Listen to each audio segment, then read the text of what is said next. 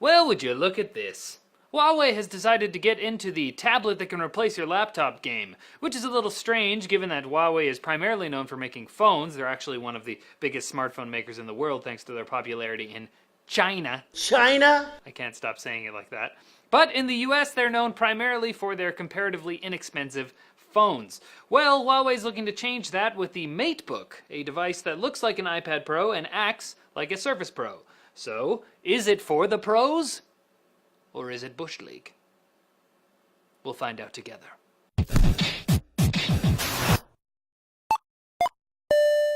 Now, to look at the Matebook, the initial impression is definitely one of good craftsmanship, very reminiscent of an iPad. The blasted aluminum back, the chamfered metal edges, the beautifully glossy front panel, it definitely looks and feels like a premium product, and the elegant leather folio keyboard definitely helps with that, although you do have to buy that separately. As we'll see, there's a few things that hold it back from achieving the greatness to which it aspires, but first, let's get some details out of the way. The Matebook's physical dimensions are 279 by 194 by 6.9 millimeters, making it exactly as thin as the iPad Pro, and it weighs 640 grams, or about 1.4 pounds, so that's pretty light. On the right side, we have the single USB Type-C port, the only real port on the device, which is used for charging and peripherals, and a volume rocker above that with a fingerprint reader between the two volume buttons. On the left side, a 3.5 millimeter audio jack and microphone. On the top, we've got two speakers on either side, another mic in the middle, and the power button. And on the bottom, the keyboard attachment connector is the only thing there. Included in the box is a USB Type-C male to micro USB male connector, and if you put the included micro USB female to Type-A female adapter on that, you've got yourself a full USB port for a mouse or USB drives. Bit of a hassle to go through, but at least they included the adapters in the box.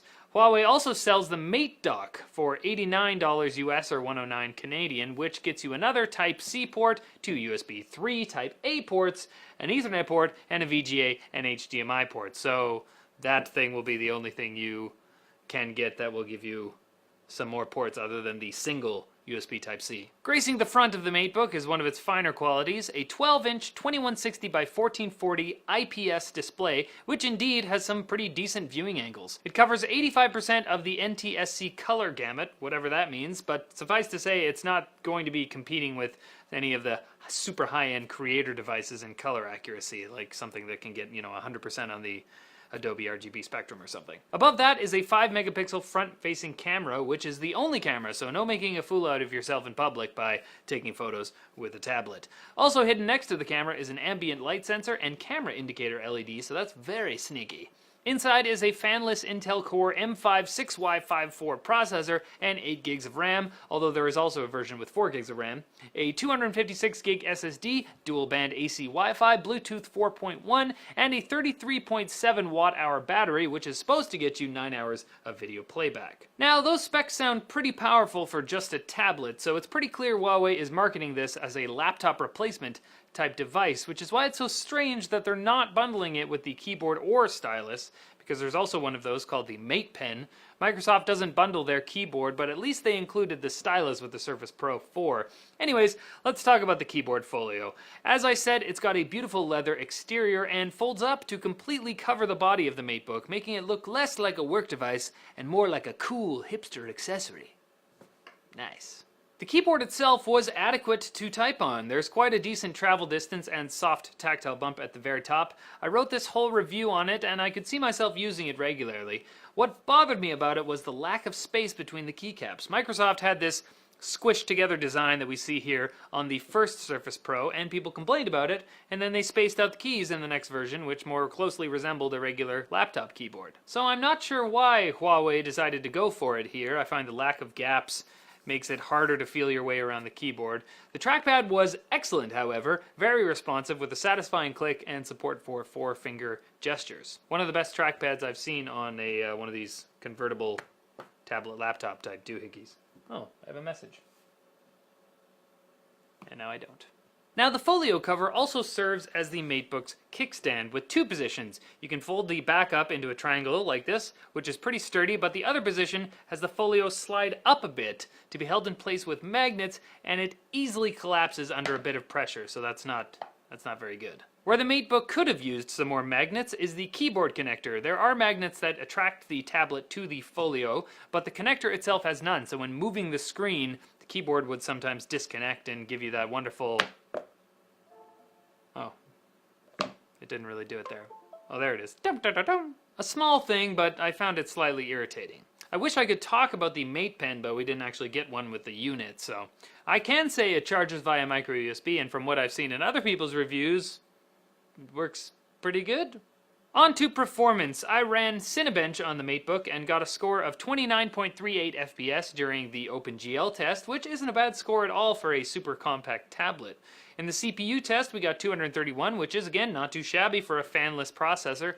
And indeed, in my experience of browsing the web on Chrome, playing video, downloading files, switching between programs, I didn't notice any significant slowdowns. So if that stuff is what you would be using this for, it's pretty good for that. Now, just for kicks, I fired up Overwatch and Rocket League on the Matebook, and I got them sort of running on basically the lowest settings I could manage. 720p in Rocket League and 2048 by 1152 in Overwatch because every other resolution was messed up. Anyways, even then I saw stuttering and inconsistencies with around 26 FPS in Rocket League and 24 in Overwatch, so yeah, I mean... not for gaming. I just wanted to do it for fun. In Crystal Disk Mark, the Matebook got 546 megabytes per second in sequential reads and 309.7 in sequential writes, which isn't super amazing, but more than adequate for the tasks that this machine would be used for. Now, Huawei's rating of 9 hours of video playback for the battery was, I think, a little generous. I had the Matebook lasting around 6 to 7 hours of intensive usage. The battery also charges somewhat slow, taking over 2 hours to get a full charge. So that's kind of annoying. One thing that was impressive, however, was the lack of bloatware here. The only Huawei apps I found on the machine were the user manual and an app for adjusting color temperature. But other than that, it's pretty much a clean Windows installation, so that's nice to see. Now we get to the saddest part of every video where we have to reveal that no, tech like this is not free.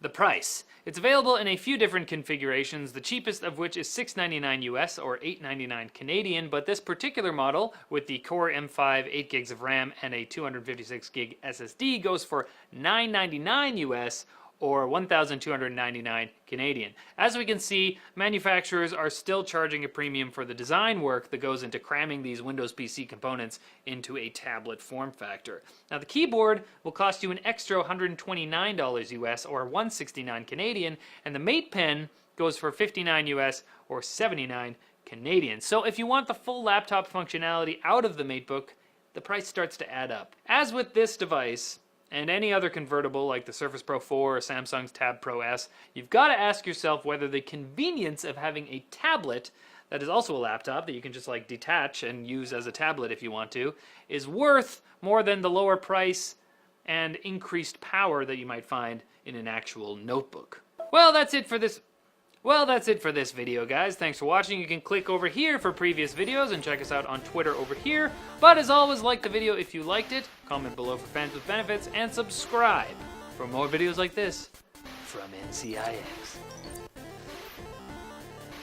Leave a comment if this tickles your fancy, and if you would like to tickle my beard, or if you would like me to get rid of it. I don't feel like I want to keep it for very much longer. Itchy. I feel like I proved my point. I just wanted to prove that I can grow a beard, and I did that, so... Anyway, see you later.